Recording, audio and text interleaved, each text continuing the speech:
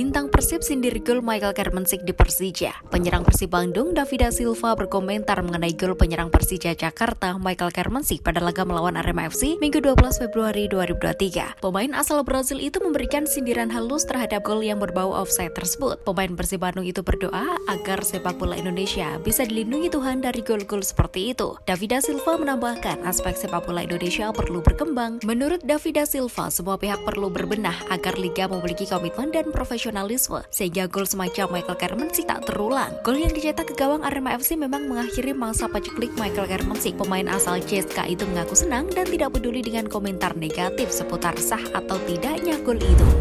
Proses perpindahan federasi lancar. Saide Patinama menatap FIFA Matchday. Saide Patinama sudah menjalani sumpah menjadi warga negara Indonesia WNI pada 24 Januari 2023. Pemain keturunan Belanda itu telah menyelesaikan proses perpindahan kewarganegaraan Belanda menuju WNI. Namun masih ada satu proses lagi yang harus dijalani Saide Patinama, perpindahan federasi dari KNVB menuju PSSI. Itu menjadi syarat terakhir agar ia bisa memenuhi syarat memperkuat timnas Indonesia di pertandingan internasional. Putusan PSSI untuk urusan naturalisasi pemain keturunan Hamdan Hamidan menyebut proses perpindahan federasi Saide Patinama berjalan lancar. Ia bahkan percaya diri Patinama bisa segera debut di timnas Indonesia.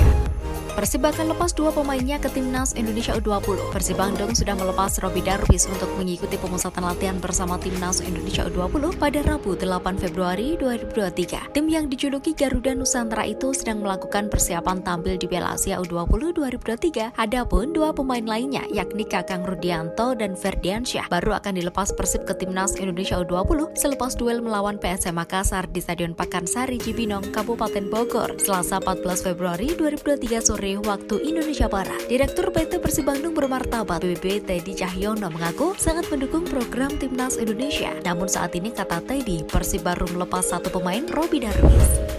CLBK dengan Barito Putra, Rahmat Darmawan umbar janji manis. Pelatih anyar Barito Putra, Rahmat Darmawan mengumbar janji manis. Pelatih yang akrab disapa RD itu bertekad untuk membangkitkan Barito Putra dari keterpurukan di BRI Liga 1 musim ini. Barito Putra kembali menunjuk Rahmat Darmawan sebagai pelatih. Nama Rahmat Darmawan memang sudah tidak asing buat klub asal Kalimantan Selatan itu. RD pernah menukangi Barito Putra musim lalu dan berhasil menyelamatkannya dari zona degradasi. Musim ini RD pun siap untuk bisa mengembalikan tim ke tempat sesungguhnya. Rahmat Darmawan meminta kerjasama dengan semua pihak di Barito Putra. Dengan begitu, klub berjulukan Laskar Antasari bisa kembali ke tempat sesungguhnya dan bersaing dengan tim lain.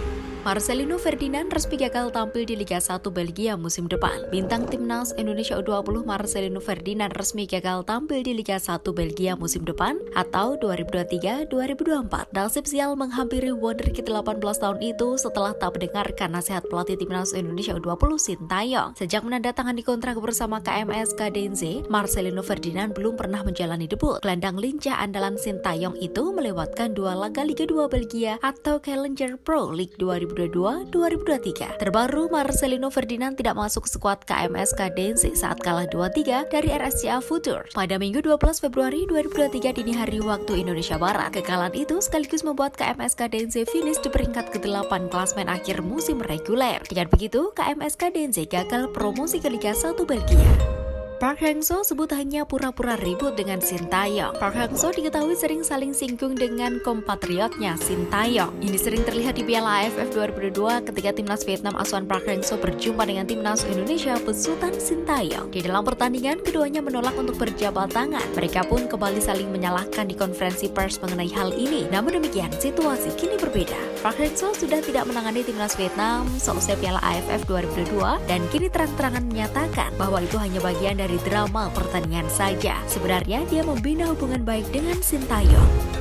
Sintayong curhat di media Korea Selatan. Sintayong curhat di media Korea Selatan Never. Dalam sebuah blog yang ditulis di Never, Sintayong mengaku miris melihat kondisi pemain timnas Indonesia di masa-masa awal menangani skuad Garuda pada Januari 2020. Awalnya Sintayong terkejut dengan teknik bermain para personil timnas Indonesia yang saat itu mayoritas berisikan pemain-pemain senior. Namun Sintayong prihatin melihat kondisi para pemain timnas Indonesia saat itu. Hal yang membuat miris Sintayong karena setelah 20 menit berlatih, para pemain terlihat hanya berjalan. Hal itu menunjukkan ada yang tidak beres dengan fisik para pemain timnas Indonesia. Karena itulah Sintayong membuat perubahan. Ia berani menyingkirkan sejumlah pemain senior demi memberi tempat kepada sejumlah pesepak bola muda.